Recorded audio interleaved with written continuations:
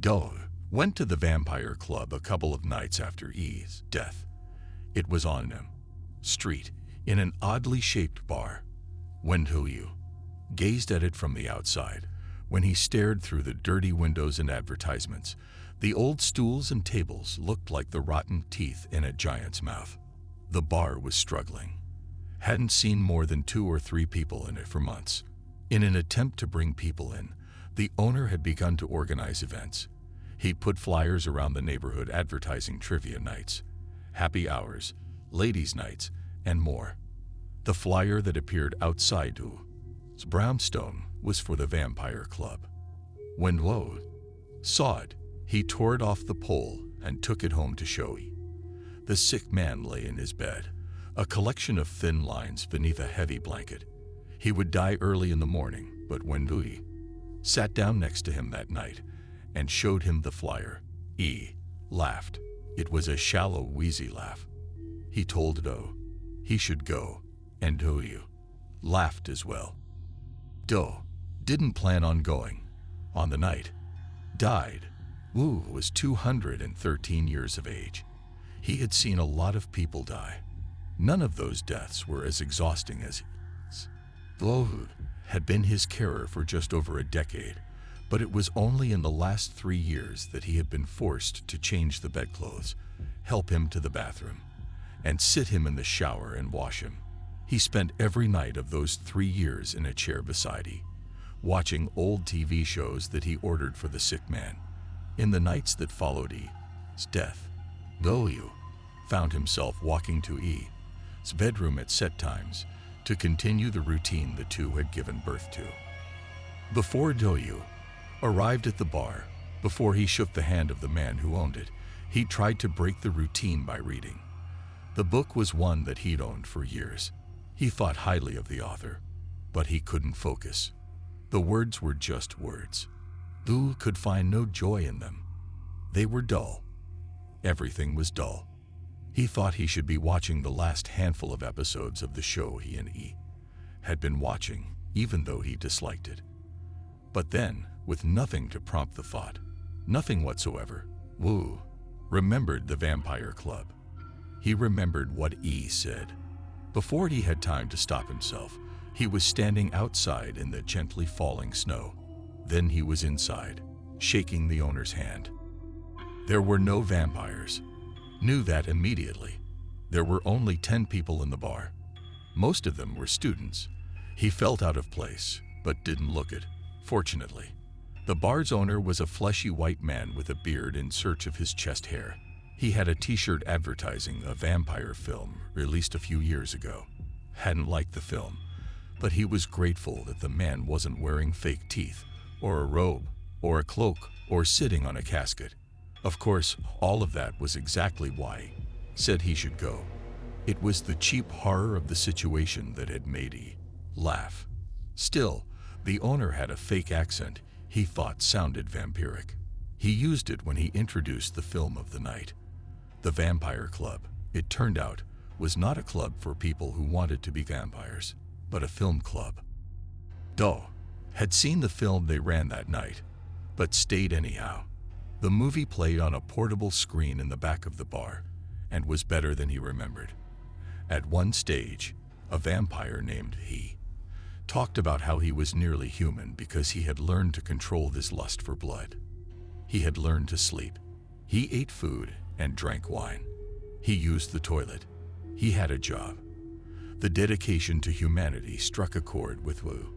He saw a lot of E in the character on the screen. He was, personally, nothing like the vampire P. Had no desire to be nearly human. But he heard again all the things said about responsibility, about the world, and Wu's memories of the dead man carried him through the film. After it finished, he went up to the bar. There was a big mirror on the back wall, but bottles hid most of it, and he considered himself pretty safe from anything but the most determined stare. Even if he hadn't been, he supposed he would have ordered a beer in memory of E. Anyhow, a girl came up next to him while it was poured. She had brown skin. She had short hair that was dyed blue and green. She was slim and pretty, and she was young. Was surprised by the last thought. After all, everyone was young compared to him. The girl was very young, though. He wasn't sure she was old enough to order the beer she did. Not in this country, anyhow. Her name was Ziz. She held out her hand after she introduced herself, and he took it. "Did you like the film?" she asked. Yes. He could still feel her pulse after he let go. "I'd seen it before, but I liked it more this time." "It was my choice." She smiled. "No one else had heard of it in the last meeting we had. We're going to vote on the next film tonight. You're welcome to vote on it if you plan to come again." "I might. I didn't realize it was a film club before I came here. I thought people would be dressed up like wonkers." He smiled. "That's not a word I hear very often around here." "I had a boyfriend who used it." Z picked up her beer, motioned to a free table at the back of the bar. "I thought you had a similar accent." She wore skinny black jeans and a red hooded jacket that ended above her ass. He tried not to stare. "I'm a bit of mongrel these days. I'm afraid," Doe said after they sat. "My father and I traveled a lot when I was young. I'm not sure my accent fits anywhere anymore." He would have hated the film, by the way. He hated all vampire films. "I have friends like that. I guess they don't understand the attraction. There's just something about such an immortality that's very romantic. It sounds tiring. Have you ever noticed that in a lot of films, being a vampire means overcoming your monstrosity or giving into it? Their life is one of constant struggle, of years and years of control, until they can no longer resist the horror that is in them. It's a strange, beautiful tragedy, I guess. Living it must wear you down." "I agree with you about the films, but don't you think, if they were real, that they could grow instead? That they would find endless education and culture, that they would reach an understanding of life that far exceeds those of us mortals? I'm sure some would strive towards that, but then I think about my father. He said it before he realized what he had said. When my father was old, he became cruel. He made no attempt to do any of the things you just mentioned. I'm not a therapist, you know," Z said. "I'm sorry. All this talk about your father, if you've got issues with him, I can't solve them here in this bar. Not with one drink, at any rate." He gave an embarrassed laugh. "I'm sorry. A friend of mine died not long ago. I've been looking after him. This is the first night I've been out since it happened. And you decided to come to a vampire club, one that you didn't even know was going to play a film. Grief is a terrible thing. It's my only explanation." Z laughed. She had a lovely laugh, the kind of laugh Doe could have listened to all night. He was pleased when he heard it a second and third time. Because of it, he stayed and voted for the next film. The films wanted, though he knew by then that he wouldn't return to the club. Z's film didn't win. Another one that starred a recently deceased actor did. Bought Doe a beer to thank him for his part, and they talked at the back of the bar until it closed. It was still snowing when they stepped out. Two of the lamp posts on the other side of the road were out, and the darkness seemed to bloom around them. Gave his number to Z. He didn't ask for hers. He could have. He could have made her give it to him as well. She wouldn't have been able to deny him, but he didn't.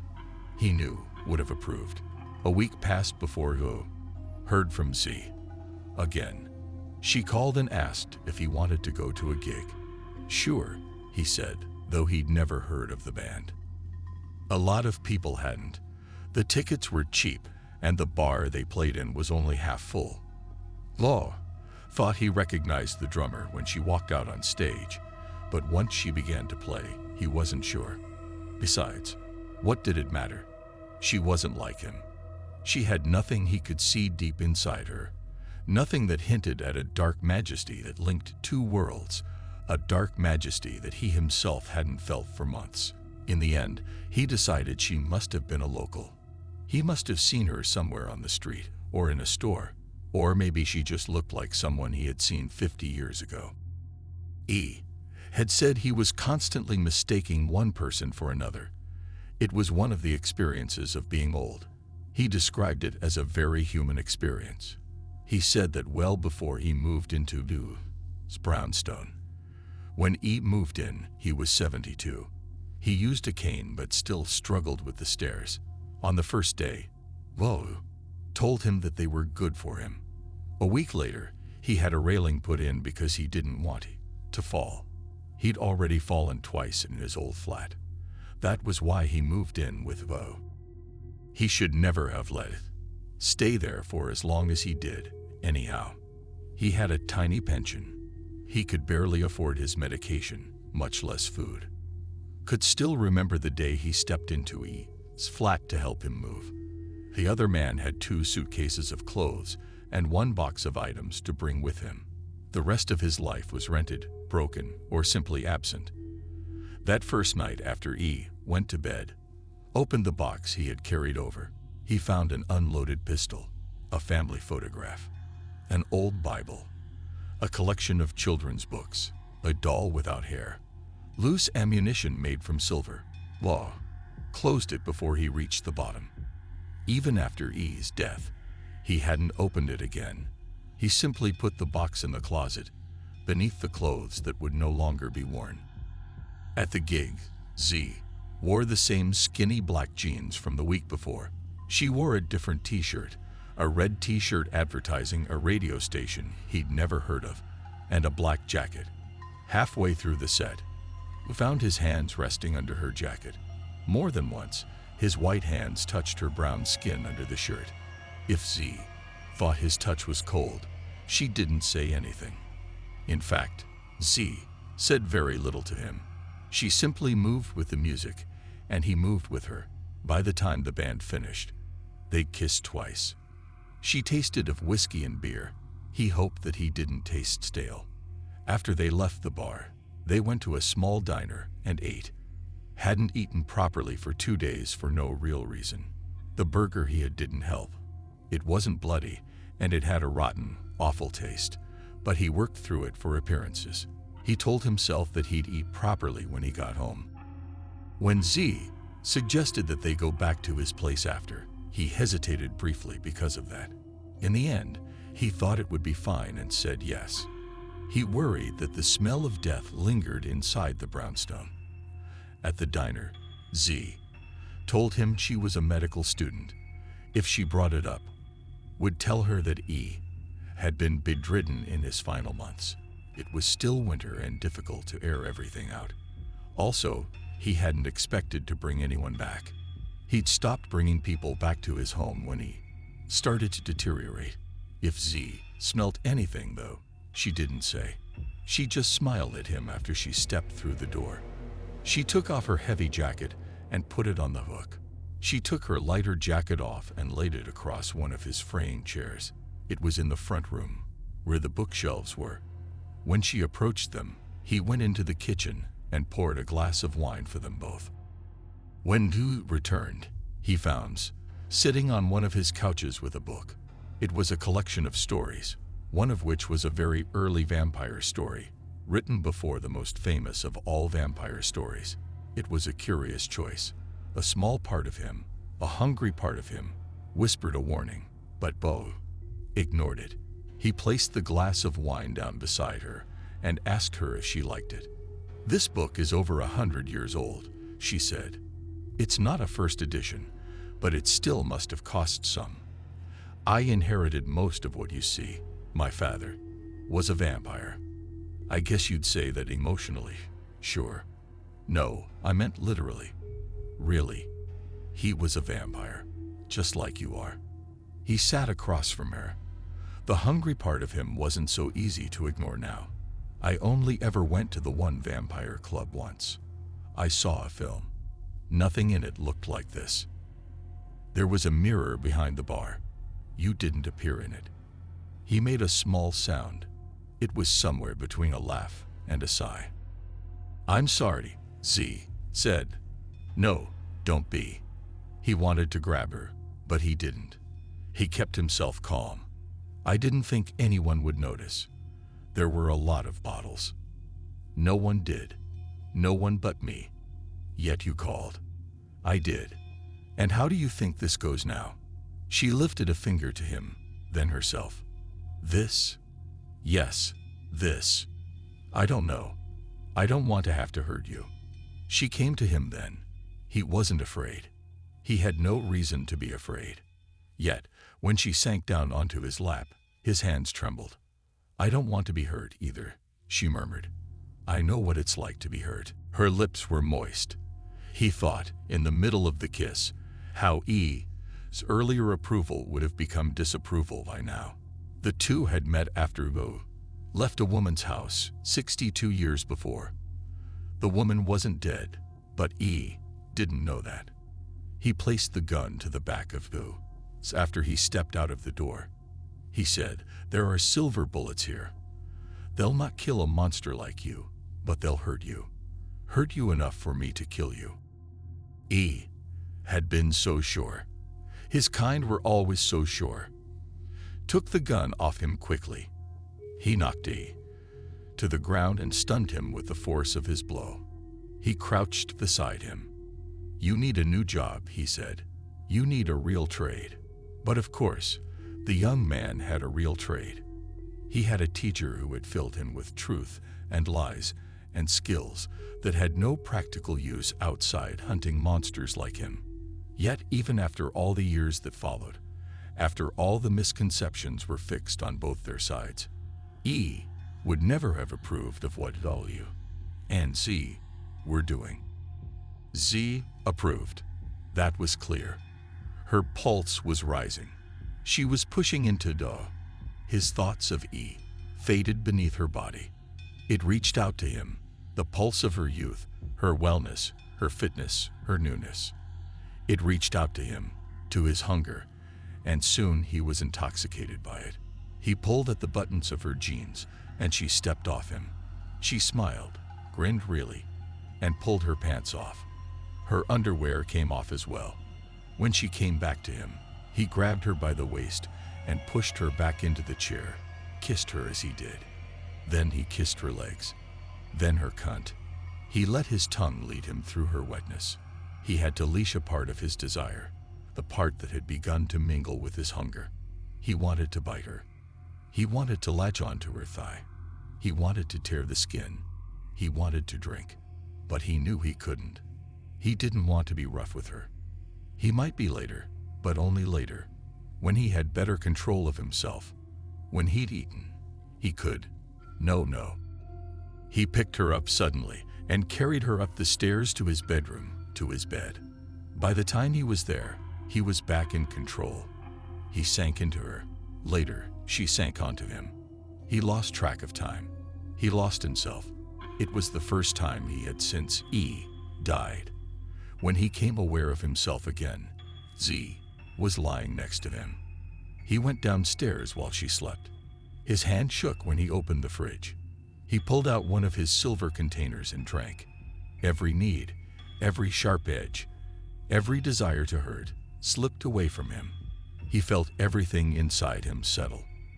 The majesty he hadn't seen in his life for so long returned just briefly, just for a moment. He saw a giant skeleton shackled on a shoreline. When he closed his eyes, he thought he could touch it. Are there many like you? Z asked. She stood at the bottom of the stairs in one of his t-shirts, nothing else. She had watched him drink. Out there in the world, that is. No, just you. There's maybe a dozen of us. Why so few? Are you like animals who've lost their natural habitat, or have people hunted you? Some have, but they've never been a real threat. And this is my natural habitat. Vaugh motioned to the kitchen table. You don't have to stand there. She took one seat, he the other. What do you mean? She asked. How are there so few if the people who hunt you aren't a threat? They're not a threat to me. He smiled. Blood still stained his teeth, but he didn't care. To others, yes. To those not like me, they are a threat. You see, they think, that is, the hunters think that I don't come from their world. But I do. Another world shadows this world, and that is where many of their monsters live, but not me. I'm banned from that world. I'm an abomination in its eyes. A half-breed. I can see it. I can travel it. I can even live in it. But I am not born in it. I come from this world. This is my home. No matter what others tell you, sunlight doesn't burn me. Crosses mean nothing. Silver bullets are as useless as normal ones. The only threat to me in this world is myself. You mean you and the other vampires kill each other? No, I mean we kill ourselves. She stared at him. He shouldn't have said that, but he was languid, happy. It was the blood, yes, but it was her as well. It was Z. The very smell of her filled him, the smell of him and her. My father made me to take his place in this world. Go, said. I didn't understand that, not at the start. I remember when I first woke, when I was first given my new life, my father was my idol. He was a warrior. He was a scholar. When I was old enough, he took me to the other world. He traveled it fearlessly. He taught me the languages and customs of it. He told me this world hated us. He showed me giants and dragons, and more that defies this language the two of us share right now. He made sure I knew how dangerous it was. Then later, he became crueler and more dangerous than it. He was over 500 years old. He became cruel towards me on purpose. He wanted to make me kill him. A breath escaped, a low breath, an amazed breath. I didn't expect that. But then, I haven't known what to expect from you since I met you. You smiled. You could have drank from me, if you wanted. He knew what she thought she was offering. She thought she knew him. I wouldn't have. I wouldn't have been disappointed if you had. I would have, he said. It's not what you think it is. It's not like the movies. It's not a pretty scar that's left afterwards. But more importantly, I have no need. I have blood. I can get it easily in this day and age. I don't have to hurt you. My ex-boyfriend used to say that. She looked at him when she said that. She held his gaze. She wouldn't turn away from him. Not now. He would say it after he hit me. The one with the accent. She nodded. I'll not kill him for you. I wasn't. You were, he said, but not angrily, gently. If you want him dead, if he's still around, if he still bothers you, you should kill him. Don't let him be your horror. Be it yourself. Duh. Said too much that night. He wasn't ashamed of what he said, and he wasn't sorry. But he didn't expect to hear from Z again. The next night, when he was alone, he laughed at himself for what had happened. He was such a fool. He needed to remember who he was. If A had been alive, he would have laughed until he cried. A girl seduced him. A girl seduced him in hopes that he would murder her ex-boyfriend. It was funnier than the vampire club when you thought about it. When Z called W, 2 nights later, he was surprised and said so. She asked to come over. She came with a gift, a book she'd found in a second-hand store, an apology. Was she truly sorry? Law didn't know. That night, after they had sex, Z ran her fingers along his scars. They were on the inside of his leg, a mess of brutal lines made by W's father when he created his son.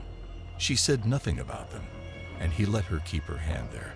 3 nights later, she introduced him to 2 of her friends. Afterwards, W wondered what E would have said now. He probably would have called him a fool. E's voice asked a series of small, nagging questions over the next 2 weeks. The main one, the one that collected the others, was how long W planned to keep this relationship with Z going. It was short-term. W wasn't going to be her partner, not in any serious way. He wasn't going to watch her grow old. He wasn't going to sit by her side and watch bad TV with her.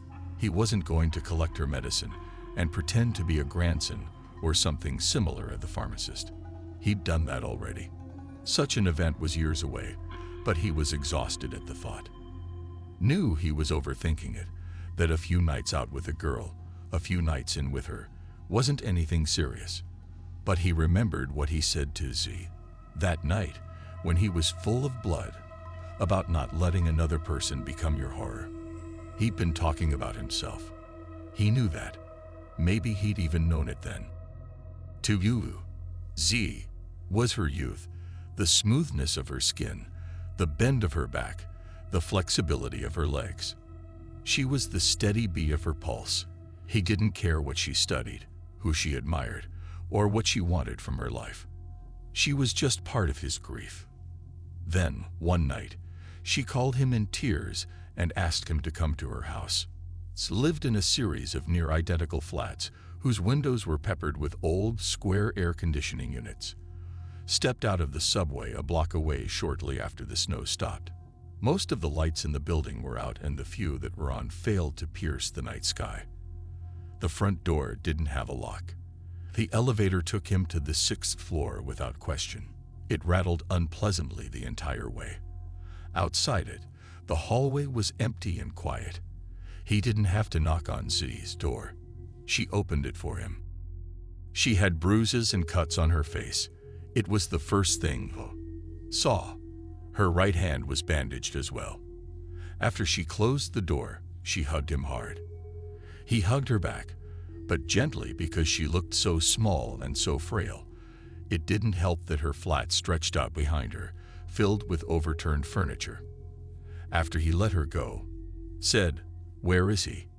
"In the kitchen." She hesitated. "I'm sorry." "What are you apologizing for? You shouldn't have to see this." Wu had seen worse. The ex-boyfriend was a bloody mess in the corner. He had a dozen stab wounds in the chest. The knife was in the last of them. It was just an average kitchen knife. Tilted the ex-boyfriend's head around to look at it. He was white, dark-haired, and clean-shaven. He wore expensive clothes. He told me he had a couple of things he wanted to collect, she said while he knelt. "I'm sorry. I know I shouldn't have said yes. I just didn't think it would. I didn't know one of my friends told him about us. It was one of the friends you met. He said something mean to her, and to get revenge, she told him about us. About you. But I didn't know. He was so angry after I let him in. He wouldn't leave. He just wouldn't. He took my phone off me. When I tried to get it back, he hit me. He started throwing everything around. I didn't know what to do. I just remembered what you said, and I picked up the knife. Once I did that, I couldn't stop. It was just." She stopped. She met Daliu's gaze. "It was just so easy. It always is," he said. "I don't know what to do now. I don't want to go to jail. Not for him. I called a friend on my way over. He's an undertaker. He makes bodies disappear all the time. He'll make this one disappear for you." She tried to thank him, but she started to cry. Oh, suppose that they were tears of relief. He had never cried such tears himself. Quietly, he made her tea. Had loved tea. He drank it from a straw when he couldn't lift a cup easily. At his brownstone, had a dozen boxes of different kinds. Z had half a loose dozen bags in the cupboard. Was halfway through her first cup when the undertaker arrived. She jumped when he knocked on the door. Whoa. Let him in. He was a short, graying man, somewhere in his 60s. His assistant was a dark-haired young woman who looked familiar. It wasn't until she bent down to lift the ex-boyfriend's body that Do recognized the drummer from a few weeks ago. He must have seen her when the two came to pick up E. If the drummer recognized him, she made no mention of it. The undertaker did what little talking took place. In response to his one question, told him that he would settle the bill. Once they were alone, Sue asked him to stay. He accepted. He hadn't planned to leave anyway. Z spread out blankets on the living room floor and he slipped under them with her. Unsurprisingly, she just wanted to be held. After a while, he began to speak. My friend, the one who died, was called E. The room around the pair of them was dark, and his voice was soft. When I met him, he thought I was monster. He had been taught all about monsters, you see. He had been raised on the stories of them. A monster acted this way or that way.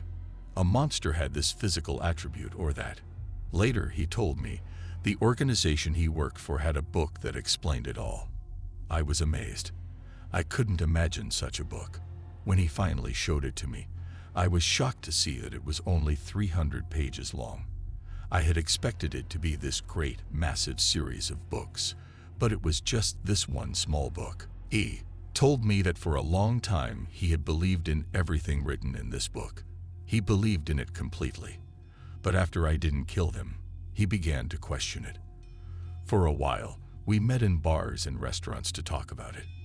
He wanted to know how a monster could show mercy, but how someone who was human could not. I didn't know the answer.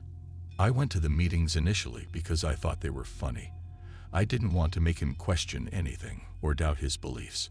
I was quite capable of monstrous acts. He asked if I thought of myself as a monster, and I said I didn't, but for the times I did, it was difficult to explain. Yet, I found myself enjoying our conversations about the nature of people, no matter who they were. Was a smart man, a creative man. After a while, I started to look forward to these meetings. I found that I enjoyed his company. To my surprise, we had a lot in common. We became friends. I had never had a friend like him before. When he became old, I became his carer. His family were dead by then. All he had left were his monsters like me. When he died, I realized that I didn't even have that. And now, Z asked. He looked down at her. Now you're not so alone, are you? Yes, he was. St cried out when we rolled her over, but she did not cry out in fear. Well, did not know what she thought would happen. Would he take a little of her blood? Would he leave a scar? Would it be as intimate as when he penetrated her weeks before? She whispered, "Promise you won't hurt me," and he lied and told her that he wouldn't. No, he wouldn't hurt her straight away. Not this night. Not when he tore open her thigh, the way his father had. No, he wouldn't hurt her. He would show her the two worlds before he hurt her. He would show her the shadowed world and this world, and he would teach her all that he knew about both. Then he would show Z how to be a monster, the way Dog's father had. He would show her that E had not been wrong when he first met him. It was just that Dewey's monstrosity, Log's cruelty, could not be fully explained by a single book or any of the acts he performed. In fact, at times, Log thought the worst of the things he did were when he was the kindest. He would show Z that as well, for he knew that the only person who could understand the labyrinth of a true monster was the one who had survived it.